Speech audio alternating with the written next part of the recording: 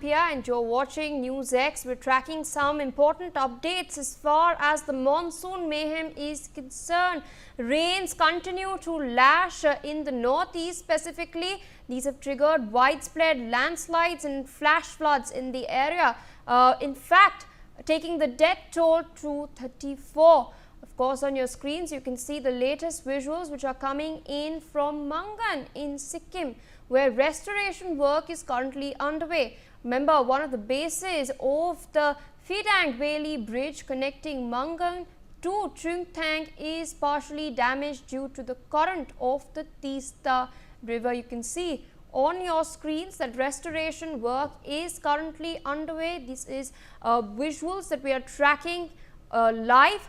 In fact, this is a bridge. You can spot towards the left of your screen. One of the bases of this bridge was in fact damaged due to the current of the Tista River. You can see the Tista River's flow, the sheer intensity through which it is flowing. You can see the restoration work is still underway. My colleague Nibir Deka with us on the broadcast to share more details. Nibir, it does seem that life for locals is being thrown into a flux. We're seeing, of course, the river swelling and due to the high intensity of the current, this particular bridge in Sikkim has been reported to be damaged, but we do know that restoration work is underway in Mangan. What's the latest that you can share with our viewers?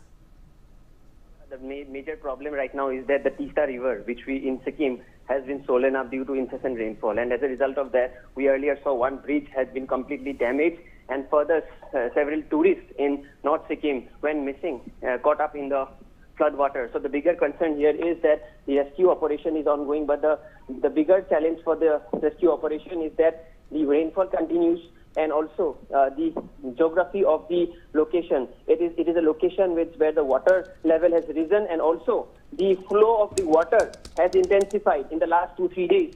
As a result of that, it is a big challenge for the rescue operation, which is going on since last night and over the last 2 days as well. And Sikkim, not just Sikkim, the Tista River in Sikkim, but even in other parts of the northeast like Brahmaputra River and other rivers have all swollen up. So this is indeed a very challenging time for the northeast of India, because as we know that rainfall over the last 3 days have triggered torrential floods and flash floods in different parts of the northeast, and Sikkim is now facing a great challenge amid the prevailing situation, Priya. Indeed, Nibir, stay on with us as we track more information that is coming in this time from Assam. This is information that has been released by the Defence PRO in Guwahati. They've informed that a critical humanitarian assistance and disaster relief mission was launched by the Indian Air Force in response to a request received from the state administration of Assam and Arunachal Pradesh. 14 individuals who were stranded in the middle of the flooded Bomji River in the lower Dibang Valley of Arunachal Pradesh, which is cut off from the mainland, were in fact rescued and brought to a safe location. The operation was undertaken by Mi-17 helicopter. Nibir, what details can you share with our viewers as far as this particular operation is concerned? The defense forces are undergoing rescue operation across the northeast, and this was a clarion call by the government of Assam and Arunachal Pradesh. Based on that, they acted, and without the defense personnel, it will be very difficult for the state administration as well as the NDRF and SDRF, because they have been, the capacity to go into these dangerous terrains. And as you know, that the water has now risen to higher levels in different geographies such as Arunachal, Manipur, Assam, Sikkim, and as a result of that, the heavy deployment has been seen from the Guwahati sector of the Indian Army, and as a result of that, we have seen increased deployment in different parts, and the defense forces and along with the SDRF and the NDRF are now working 24/7 to evacuate people stranded in the danger zones, and also to provide relief shelters in the camps that have been set up. All right, Nibir, thank you for joining us. Of course, sharing all those details, but that's not all. Remember, I've spoken to Nibir just about an hour ago. He was, of course, reporting to us from Assam live, where it has been raining incessantly. He's on ground zero, speaking to people over there, speaking to locals as to see how exactly they are faring in this flood-like situation. Here are a couple of reports that he's filed. Let's take a look. Due to heavy rains in the last 2 days, water level has risen in parts of Assam as well as in northeast. Currently we are in Guwahati, where in the last 2 days water levels has risen to a huge extent, which has led to a lot of problems for the people. 5 people have lost their lives yesterday in Guwahati, 3 for landslides, and over 8 people have died in the Assam. And more than 70,000 people are affected, with 17 districts facing the pressure of floods. So this is the example we are showing you from the ground, where you can see that how cars are blocked, how kids are having difficulty going to school, and although the schools are already closed by the government, but still there are a lot of problems being faced by the locals. We are showing you how the cars are stopped because they cannot enter, and they can only go via rickshaw that they can hire. So that is the ground situation right now, where people are facing a lot of issues. Fortunately, since morning today there has been no rains, but if it continues to rain further, the water level is going to rise, and people are already affected. In the last 2 days, they are not able to go to their schools and colleges, and people are not able to go to their work. The shops are closed because water have entered their houses, and we are showing you how people are facing the problem every year when the water level rises and people face the issue of floods. The situation is very problematic right now, and the residents, we have spoken to the residents, they have talked about how difficult it is their life amid the prevailing situation of as water have entered their house. You can see the kids there walking because their schools are closed, and you can see only the big cars are able to go there and the rickshaws are able to go there. This is not just one isolated incident. This is an incident which is happening across Guwahati, across the northeast, in Manipur, in Sikkim. The Tista river is flowing above the danger level. In Manipur as well, water has entered the Imphal valley. So that is the ground situation currently in northeast, as pre-monsoon showers have, flooded most of the regions, and landslides and rock slides have also occurred amid the prevailing situation. With video journalist Nishan, this is Nibir Dekar reporting for NewsX. School colleges भी बंद है क्योंकि पानी इतना बढ़ गया है। सरकार ने जो है government school, private school, college सब बंद कर दिया है। हम स्टूडेंट्स के साथ जुड़े हुए हैं। आप लोग तो कल तो बंद था आपका कॉलेज? कल बंद था कॉलेज जा नहीं पा रहे हो? नहीं। पानी आपके घर में भी आया है? नहीं, घर में फिलहाल तो नहीं आया है, पर हमारे जो घर के बाइलेन है उसमें पानी आ चुका है। हाँ। तो सरकार ने तो ये स्कूल कॉलेज बंद कर दिया गया है। अगर बंद नहीं भी करते तब भी नहीं जा पाते, क्योंकि तब भी नहीं जा पाते। और क्या क्या प्रॉब्लम है? और प्रॉब्लम मतलब ऐसा, मतलब हर बार तो यही होता है कि पानी भर जाता है, तो हर बार का प्रॉब्लम है कि कॉलेज जाना, क्योंकि कॉलेज तो हर बार, इस बार ही बंद मिल गया है, वरना हर बार तो कॉलेज बंद नहीं मिलता है। कॉलेज स्कूल खुला रहता है, तो बहुत स्ट्रगल करके जाना पड़ता है। और यहाँ रिक्शा वाले लोग भी 100 करके एक बार क्रॉस करने का ले रहे हैं, तो मतलब केवल इतना जाने के लिए 100 रुपये ले रहे हैं? इतना आने का 100 ले रहे हैं, और ये बैटरी वाला शायद वो 50 करके ले रहे हैं, बाकी वो रिक्शा 100 करके ले रहे हैं। तो इतना तो हम लोग एफर्ट हर बार नहीं कर सकते कि बार बार आना जाना 100 करके दे सके, और ये हर बार का है। तो मतलब कुछ ऐसा एक्शन लेना चाहिए कि कुछ रिजॉल्व हो यहाँ का प्रॉब्लम, क्योंकि ये हर बार का है। आज सुबह से थोड़ा पानी कम हुआ है? हाँ, आज सुबह से पानी कम हुआ है, कल बहुत ज़्यादा था। और फिर से अगर ऐसे बारिश हुआ 2-3 दिन और, तो मतलब चांसेस है बढ़ना फिर से पानी ना? 1 घंटा और जोर से बारिश हो जाए, ये फिर बढ़ जाएगा। तो आप देख सकते हैं बच्चों को बहुत ही दिक्कतें हुआ है। वो कॉलेज नहीं जा पा रहे, स्कूल नहीं जा पा रहे, सरकार ने बंद भी करके रखा है क्योंकि पानी जो है बहुत बढ़ गया है। आपका नाम? नयन। आप कॉलेज में, स्कूल कौन क्या जाते हो? कॉलेज जाते हो। आपका भी बंद है, कॉलेज नहीं जा? कॉलेज अभी कुछ दिन बंद किया है, पानी बहुत पहले से है, तो कॉलेज जा नहीं पा रहा था। प्रैक्टिकल मिस हो गया, कोचिंग मिस हो गया, बहुत कुछ मिस हो रहा है। आप यहाँ के लोकल है? हाँ, लोकल। तो ट्यूशन वगैरह नहीं जा पा रहे? कुछ भी कहीं नहीं। तो आप देख सकते हैं कि बच्चे जो हैं स्टूडेंट्स कम्युनिटी से, वो जा नहीं पा रहे हैं क्योंकि पानी वजह से जो ये लोग पब्लिक ट्रांसपोर्ट यूज़ करते हैं, और पब्लिक ट्रांसपोर्ट फिलहाल अभी बंद है, तो इसके कारण बहुत ज़्यादा अफेक्टेड है। सब अपने अपने प्राइवेट कार से नहीं जा पाते, और यहाँ पे जो इन्होंने कहा कि भाड़ा बढ़ गया है, थोड़ा जगह जाने के लिए 100-200 रुपये देना पड़ता है, तो इसके वजह से जो है बहुत ज़्यादा अफेक्टेड है। और ठीक है, थैंक यू हमसे जुड़ने के लिए। तो आप दिख सकते हैं कि असम में जो अभी ये पानी के वजह से कि 8 लोग का अभी तक डेथ हुआ है, और 7,000 से भी अधिक लोग जो अफेक्टेड है, पीड़ित है बाढ़ की वजह से। तो इसका नज़ारा हमने आपको दिखाया गुवाहाटी के एक अंचल से कि कैसे पानी जो है बढ़ गया है, उसके कारण कैसे लोग जो है यहाँ पे बाढ़ की वजह से प्रेरित है। फिर इतना पानी है अंदर, पानी ज़्यादा नहीं है, अभी कम हो गया है। कितना दिन से पानी चल रहा है? तो आज 4 दिन हो गया। 4 दिन से पानी चल रहा है? 4 दिन। आप यहाँ के लोकल है? लेकिन मैं यहाँ नहीं रहता हूँ, आगे रहता हूँ। तो काम यहाँ पे आने जाने में कितना प्रॉब्लम हो रहा है? बहुत प्रॉब्लम है, गाड़ी भी नहीं मिल रहा है, गाड़ी बहुत ज़्यादा मांगता है। गाड़ी पैसा ज़्यादा ले रहे हैं? ज़्यादा ले रहा है, और एक आदमी को 50 रुपये चाहिए। अच्छा, तो ऐसे आना जाना आपका हो रहा है, वॉक करके हो रहा है? ऐसे ही आ रहे हैं हम। कितना दिक्कत होता है वॉक करके आने में? बहुत प्रॉब्लम होता है। ये सेफ है क्या ऐसा वॉक करना? कहीं पे गड्ढा वड्ढा भी हो सकता है? गड्ढा क्या करेगा अभी, पैसा भी तो रहना चाहिए ना हम लोग को आने के लिए। एक आदमी को 100 रुपया 50 रुपया मांगता है, कहाँ से देगा हम लोग? All right, viewers, there of course my colleague Nibir reporting from Guwahati. We will continue to track the situation in the northeast, but we are shifting focus to some other developments. Congress MP Shashi Tharoor, who is leading the delegation of Indian MPs to the United States of America, has now condemned the terror attack in Boulder. Taking to his social media platform X, he has written that members of the Indian MP's delegation have learned with concern about the terror attack in Colorado. He has also highlighted that they are relieved that there was no loss of life. However, the Indian delegation has also shared Secretary of State Marco Rubio's view that the terror has no place in our countries. My colleague Brian Anthony Thomas with us on the broadcast. Brian, there is some shocking news that has come in from Colorado this morning. There was a man identified as Suleiman who in fact threw Molotov cocktails at people who had gathered for a rally demanding the release of hostages, Israeli hostages who are held by Hamas currently.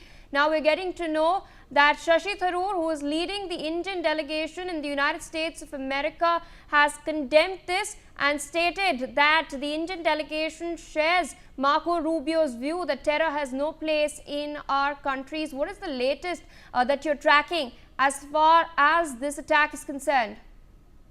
Clearly, Pia very rightly said now, Congress MP Shashi Tharoor, who is on this very all delegation tour itself on Operation Sindhu outreach program, has expressed serious concerns on behalf of the Indian parliamentary delegation over the terror attack that happened in Boulder, Colorado.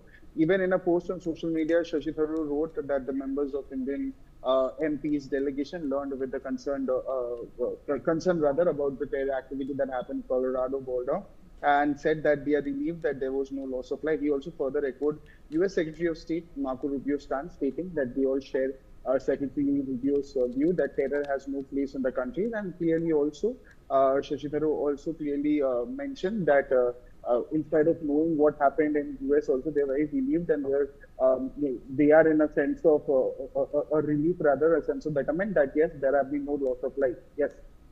Indeed, Brian, stay on with us as we track more news and updates as far as the all-party delegations are concerned. We're learning that the delegation led by NCP-SP MP Supriya Sule has now reached the Cairo airport in Egypt.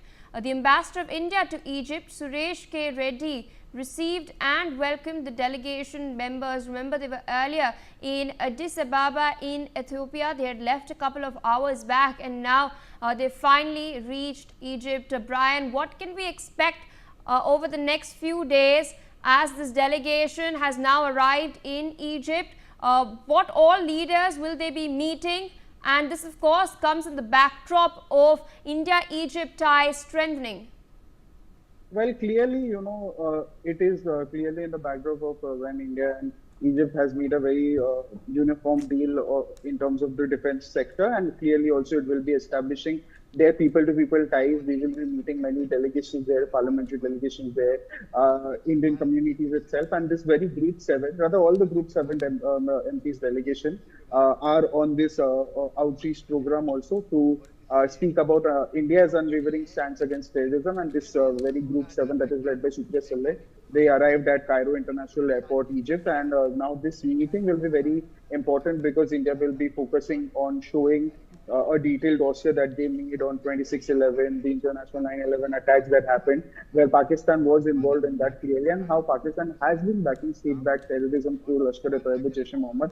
And this delegation also, when they reached the Cairo airport, also they were received by Ambassador of India to Egypt, Suresh K. Reddy, who welcomed the members upon arrival. And this becomes a very important visit also of the delegation also, because they will be going, visiting and educating all the nations about how India from the starting has been combating against terrorism and how Pakistan has been responsible to sponsor and also to even not only sponsor but also be a safe house and a a rest house for all the terrorist organization itself. Yes, Pia.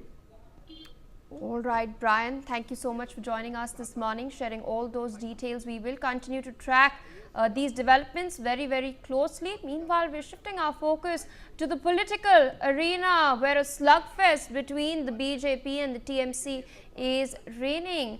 Union Home Minister Amit Shah has slammed West Bengal Chief Minister Mama Banerjee and accused her of opposing Operation Sindoor in order to appease her vote bank. Now hitting back, the Trinamool Congress has denied Amit Shah's accusation and called on the Home Minister to resign, now taking responsibility for all failures that led to the Pahalgam terror attack is what TMC is claiming.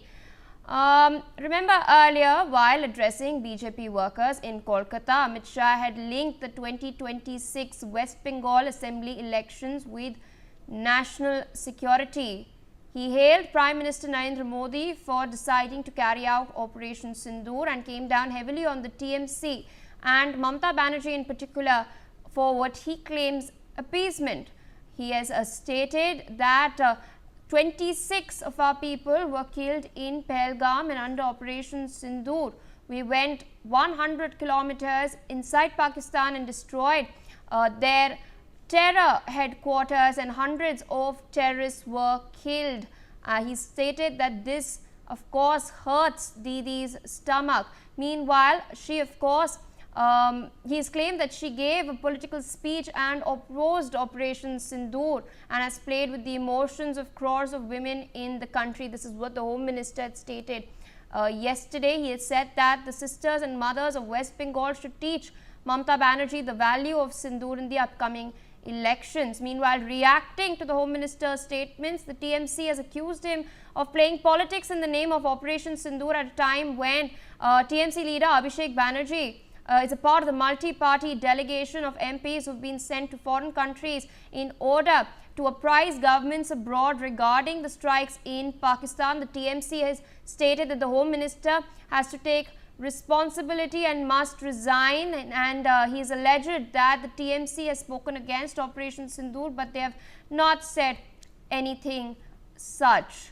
My colleague Arzu Seth with us on the broadcast live. Arzu, walk our viewers through this political battle that is raging. We all know Bengal is going to polls in 2026. So, of course, we are seeing a very politically charged atmosphere at the moment.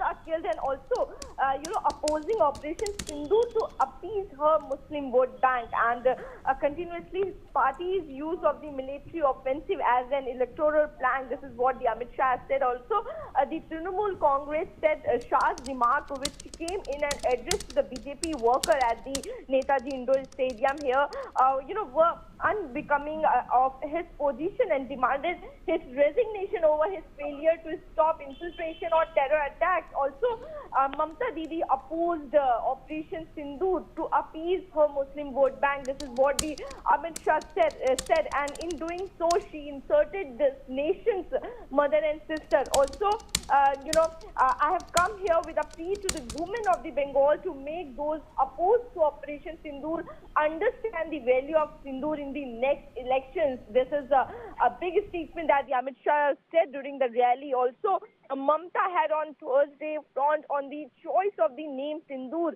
from the military for the military operation, saying that it is smack of politics after Prime Minister Narendra Modi lambasted her government for corruption in the rally, in the recent rally. Also, she had also accused Modi of trying to secure, take the political advantage out of the Operation Sindoor, despite the opposition, including her party, having shown the decency to, through such tactics. So there has been a lot of war of words between both the parties, where Amit Shah now saying that the answer should be given in the recent, that upcoming assembly elections.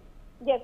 All right, Arzu, with that, I would like to thank you for joining us on the broadcast, of course, sharing all those details. We will, in fact, continue to track further updates as far as the battle between the BJP and the TMC is concerned. Meanwhile, we're shifting focus to some international developments.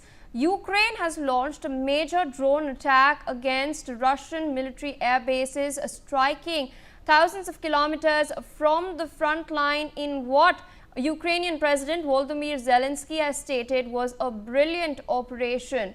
He said that the attack caused significant losses to Russia and he claims that this is entirely justified and deserved.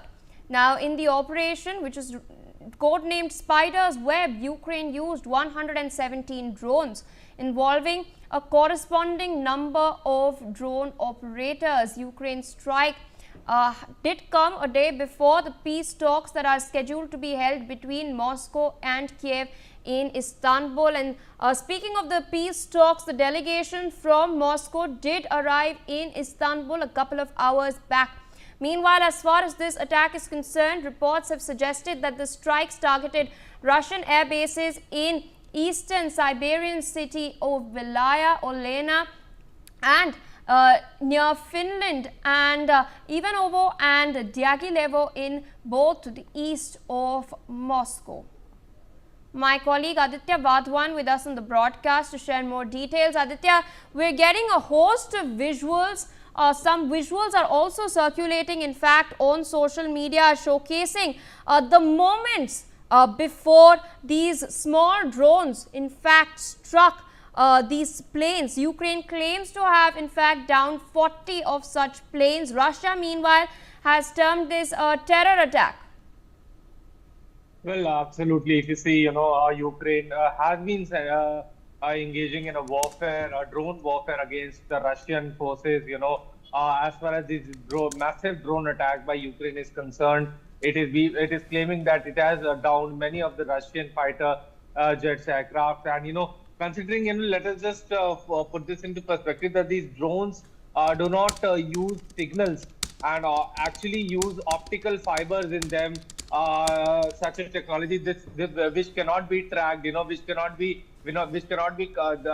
come on radar, because optical fiber drones do not send any signal. So that is why the Russian defense systems is not able to catch these drones, and that is why every time successfully Ukraine is doing this is successfully executing this drone attack against the Russian forces. And at this juncture, there are reports coming that U.S. Secretary of State immediately posed this attack. Yes, in fact, we will get to that. You're right, absolutely correct. Now, as per a statement, in fact, issued by the U.S. Department of State's Representative Tammy Bruce, the Secretary of State Marco Rubio spoke with the Russian Foreign Minister Sergey Lavrov at Russia's request, is what the U.S. is claiming. U.S. in its readout has stated that Rubio reiterated President Trump's call for continued direct talks between Russia and Ukraine in order to achieve lasting peace. But of course, meanwhile, joining us on the broadcast at the moment is Ambassador KP Fabian. He's a former diplomat. Good morning, sir. Thank you so much for speaking to NewsX this morning. There's some interesting developments that are coming in from Russia. We are getting to know that Ukraine has claimed to down 40 Russian bombers. Zelensky has put out a statement highlighting what they have dubbed as Operation Spiderweb. He's called this entirely justified. There are talks that are slated to be held in Istanbul very, very shortly. What do you make of what all has transpired, and how do you think this will impact the peace talks that are currently underway in Istanbul? Good morning. Thank you. Ukraine has claimed that the spiderweb has been in planning for the last 18 months and that Zelensky himself was very closely associated with it.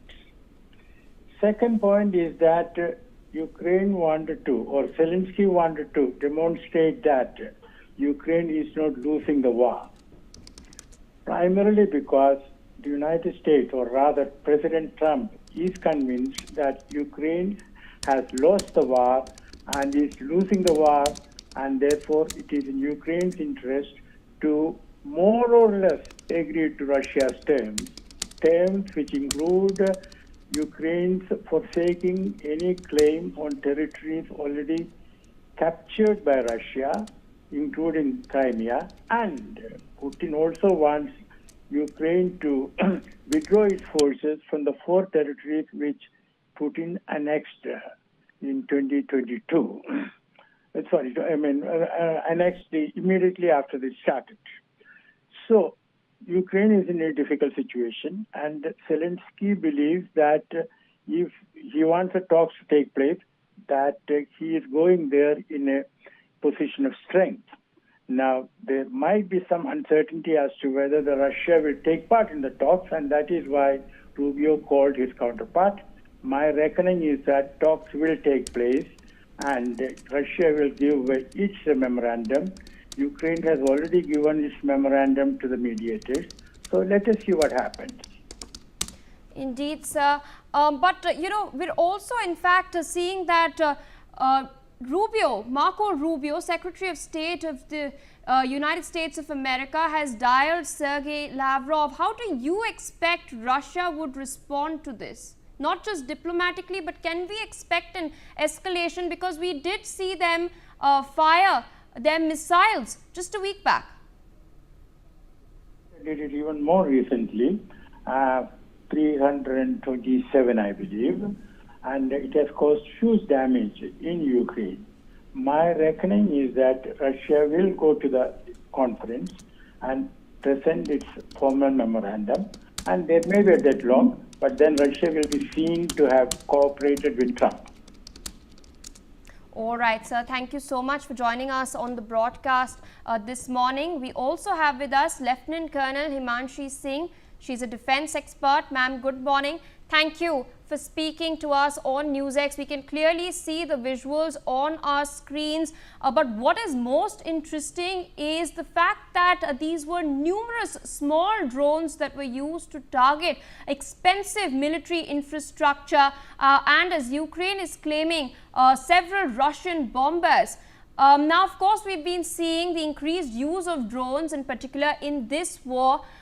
So how do you see the future of warfare in particular as far as the use of cheap drones in order to down expensive military infrastructure such as this is concerned? Thank you, Ms. Pia. We are witnessing a new phase of modern warfare that is decentralized, tech-driven and deeply strategic, and it comes at a time when the peace talks are about to happen. Now the war has moved from trenches to touchscreen.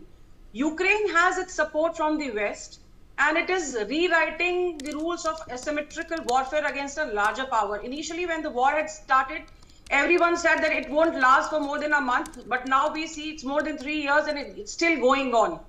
Now, Ukraine has exposed the vulnerabilities of a nuclear power like Russia through sustained drone strikes. With the real-time satellites, and drones are much cheaper. Imagine 41 Russian military aircrafts being hit, including Tu-95 and T-22 bombers. It is not a small feat. And these aircrafts are being launched to target Ukrainian civilians. So somehow what Zelensky has said is very, very justified, that it is a retaliation of Ukraine, of Russian atrocities on the civilians. Moreover, it is a psychological warfare which Ukraine is trying to fight against Russia, that no matter how strong Russia is, but we are going to retaliate. And now they are going deeper with these drones. I have seen those visuals being flashed on your television, and it is a marvel of science the way they have tried to launch these attacks without getting detected, just by taking the drones inside in trucks and then launching the attack, the swarm of drones which was coming out. So the future of warfare, I think it's going to be more tech driven, and let's see if the talks happen in and they reach some conclusion. It is going to be good for the world. Otherwise, we are going to face more threat-driven war and see how it takes on the world. Indeed, ma'am, a quick follow-up to that. We've learned that the Ukrainian drones had carried these I beg your pardon, the Ukrainian drones that were carrying these explosives, they were sneakily smuggled into Russia by hiding them inside wooden structures, particularly trucks. And these trucks had made their way to the perimeters of the targeted air bases. And when they reached their destination, the roofs of the wooden structures were then opened remotely, following which the drones took off and initiated the attack. We're showing visuals of the inside of one of those trucks, and then of course the strike and the aftermath on the right side of our screens. So what lesson can India in fact draw from this operation? What we are seeing is, the tech-driven and digitally enabled warfare. We cannot rule out the possibility of Pakistan taking lessons from something like this. And Pakistan is quite capable with the help of China, as all the satellites during Op Sindoor were used and supplied by Chinese navigation. Though we were using Navik and China was using Beidou, but they must have taken their lessons from the losses they have suffered during Operation Sindoor. And when such a thing happens on a global level, and we all try to drive our lessons, so we cannot rule out. Now we have to actually pull up ourselves and brace up to something like this in future, because the war zone or the borders, they remain highly volatile. Though we have halted the firing for some time, but knowing that Pakistan is a rogue nation and will try and come back to its original form, the way we have seen through the Yom-e-Takbir which has happened, and the way they are trying to threaten India, and the terrorist and the political nexus that we have seen, the army, political and terrorist nexus, I should say, we have seen in Pakistan. We have to be very careful and must defend ourselves by bracing up to such kind of cyber attacks, which can be actually, very surprising to border areas. I will not say they can come deep down in India, but especially to the border areas, because China and Turkey have supplied drone to Pakistan, and they were being used post the halt, which Pakistan called a ceasefire. They were trying to use drones. So they might again try something like this to trouble India. So we have to be very careful, keeping a watch on what is happening around us in the world. All right, ma'am, thank you so much for joining us live this morning. Of course, sharing your perspective on this unprecedented attack that has taken place in Russia, which has shocked people across the world. We will continue to track more such updates from across the world and the nation. Stay tuned for more on NewsX as we slip into a quick short break.